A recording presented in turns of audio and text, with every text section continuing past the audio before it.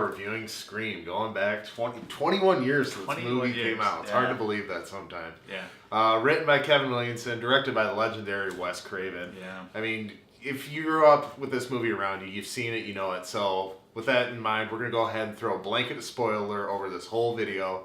We are going to talk about who the killers are. We are going to reveal plot points, you know, under the assumption that you've seen this movie. If you haven't, go check it out. It's a classic. It's a great movie. Yeah. So, Nate, let's just start with the things that we like about this movie, going back to it, you know, 21 years later. Yeah, I mean, I think that this movie it's so funny because it came out as being so wholly original, but really this movie just takes pieces from everything horror movies have done in the past and really puts it together. It's almost like a Frankenstein of a movie. There's lots of callbacks, there's lots of tongue-in-cheek. It's very self-aware, and I think that's what's so great about this movie. I think that's what's so original about it, is it really started the self-aware horror movie genre. As far as, you know, the story beats, it is pretty much by the numbers, but the dialogue's great, the character's great, and I just gotta say that's one of my favorite things about this movie, are the characters. You truly get invested in all of them, and you are trying to figure out who the killer is. I mean, the first time you see this movie. Yeah. And you almost, like, there's people like, no, I don't want them to be the killer because I like that character so much. And it jerks you around a lot. Like, watching it again, it's really funny that it keeps you guessing. Right off the bat, you're probably like, yup, that's the one.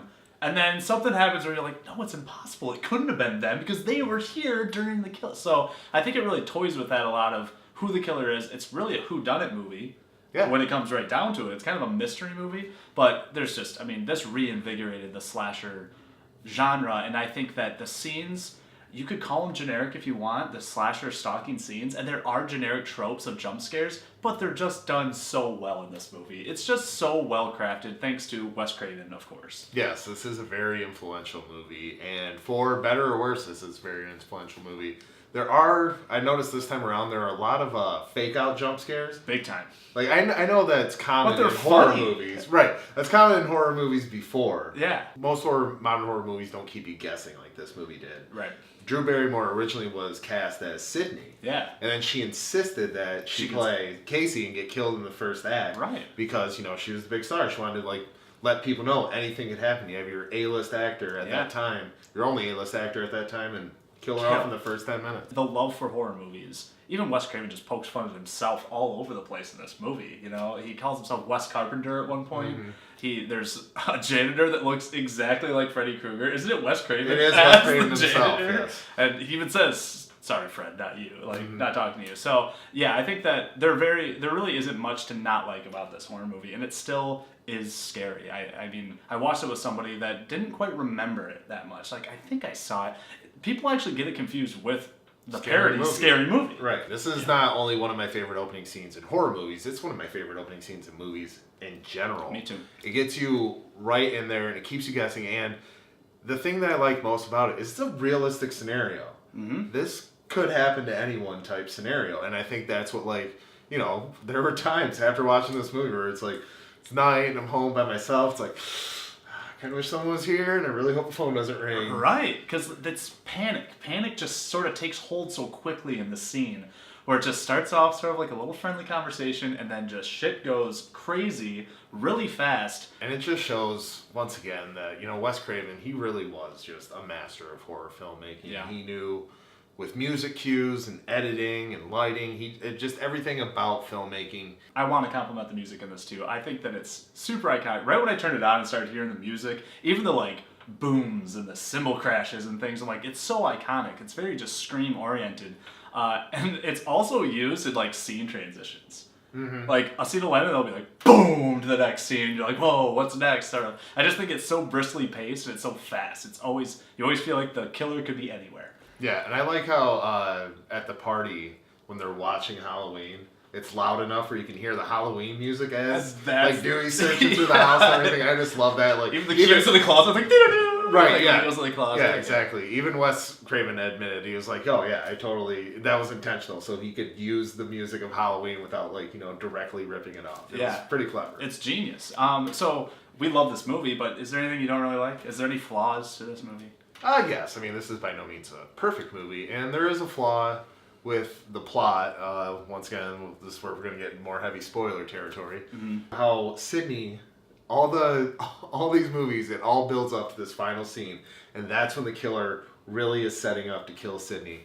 But every time in the movie, there's a part where the killer tries to get Sidney, and it's like, are they setting it up, or they put it on a ruse? Like with this one, there's a part where when the killer's attacking Sidney in the beginning, he takes a really long time. He's got her right where he wants it. To bring the knife up, and then she kicks him away, and I'm like, is that intentional? It's just one of those things I wish it was fleshed out a little bit more. But it just keeps on happening throughout the series, and it's one of those things where it's just, when I'm watching the movie, I'm like, all right, this obligatory scene that's not going to make sense in the long run, but it's going to be suspenseful, so here we go. Exactly, and it's necessary because it's suspenseful and also it instills fear into Sidney. It does, but it's also like it has to have, because it's so meta, it has to have that finale, horror finale to it. You know, so maybe it is the killers wanting to have that finale because they're so obsessed with horror movies, or maybe not. But I can see where you're coming from, where it's like, you got her right there. If you really want to kill her, just kill her. Right. Yeah. And it's just one of those things where, from a filmmaking standpoint, it's a minor complaint. But once again, when you're watching it, Halo effect kicks in and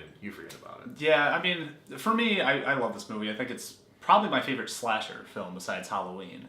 You even watch like the Friday the 13th, and they just don't even stand up to something like this because it's just so well made. But there are a few little gripes here. There is one scene where they're in a supermarket, and as they walk away, you see the ghost face in the reflection of one of the coolers. I'm like, he's just walking around town with this everyone's looking for this guy, and he's just blatantly in a supermarket. Like, that sort of threw me off, where I was like, no, none of these kids look 17 years old. They all look 25. No. This is a thing in the 90s where they're just like, whatever, we don't have to make the audience believe that they're in high school. And so, through the whole thing, it just, you know that these aren't kids. They're fully developed human beings. There are a few moments where, yes, that does kind of stand out like a sore thumb. And you mentioned that like whole nonsensical supermarket scene. There's ones where he's like hiding in the woods somewhere. It's broad daylight. Like, I get that you're trying to create the sense that the killer's always watching. They know their every next move. Yeah. At some point, you know, it's just, you got to remove it from reality, I guess. Yeah, exactly. But I will say that what I do love about this movie, and I think it adds a lot of rewatchability to it, is, once again, huge spoiler here, there are two killers at the end. And it's fun to go back and rewatch this movie and to see, like, where one of the killers was while the other one was on the mask. Who was on the phone at the time, who was in the mask at the time, kind of thing. And I liked piecing that together going through, being like, was Stu trying to kill the girl in the first one? No, Stu was at his girlfriend's house in the first kill of the movie. Right. So that had to have been Billy. Yeah. But maybe Stu was on the phone while Billy was talking around. Like, I kind of like that idea of how they sort of mesh together as killers and they work together of who was killing who at what time. And I like that, going back and trying to figure it out. Buffs. All right, Nate, I think you spent enough time gushing over this movie, this classic. Yeah. But why don't you go ahead, give me your score. The quality score up to 10 and the scare score up to 5. Okay, well, yeah, I love this movie. I think Scream is up there as one of my favorite horror movies of all time. It's just Wes Craven has built so many iconic horror, like, killers and creatures, and I think that this is up there as one of his best, right next to Freddy Krueger. So I'm going to go pretty high. There are a couple minor flaws, but I'm going 9 out of 10. This movie's fantastic. If you haven't seen it, it's a must. I absolutely must. And the scary scale, I'm going pretty high on this as well. I mean, this movie is very scary right off the bat. The first scene, I would say, is the most scary scene in the whole movie, but it keeps you on your toes the whole time. So I'm going to go 4.5 out of 5 on a scary scale. It's a scary movie. Indeed it is. And I'm right there with you on the quality score. This movie, even though, once again, the ending was spoiled, it didn't have the same impact, but I still can't deny the quality of it. And there are times where I was getting so lost and I forgot who the killer was at the end, and I was just trying to guess along with everybody else. Mm-hmm. And it just shows that Wes Craven truly is a master of his craft. And this movie is iconic. It's a classic. Please go watch it if you haven't seen it. And if you have, go watch it again. It still holds up. Totally. I'm giving it a 9 out of 10 as well. And as far as the scary scale, I'm gonna go a little bit lower. I'm gonna go 4 out of 5. Yeah. And it's not, this movie is very scary, but at the same time, it's kind of got that John Carter syndrome where it's been ripped off so much since. It kind of ruins it. The scares kind of don't seem original, even though they were the original. Right. Buffs. All right, so that's our review for Scream, the original. Have you seen the movie? Have you seen the sequels? What do you guys think? Leave all your comments below. Also, don't forget to like, share, subscribe. We appreciate all the support. And Spooktober just keeps on rolling through, and we'll be bringing you our review of Slither next week from 2006. Written and directed by James Gunn, the guy that's made the Guardians of the Galaxy movies.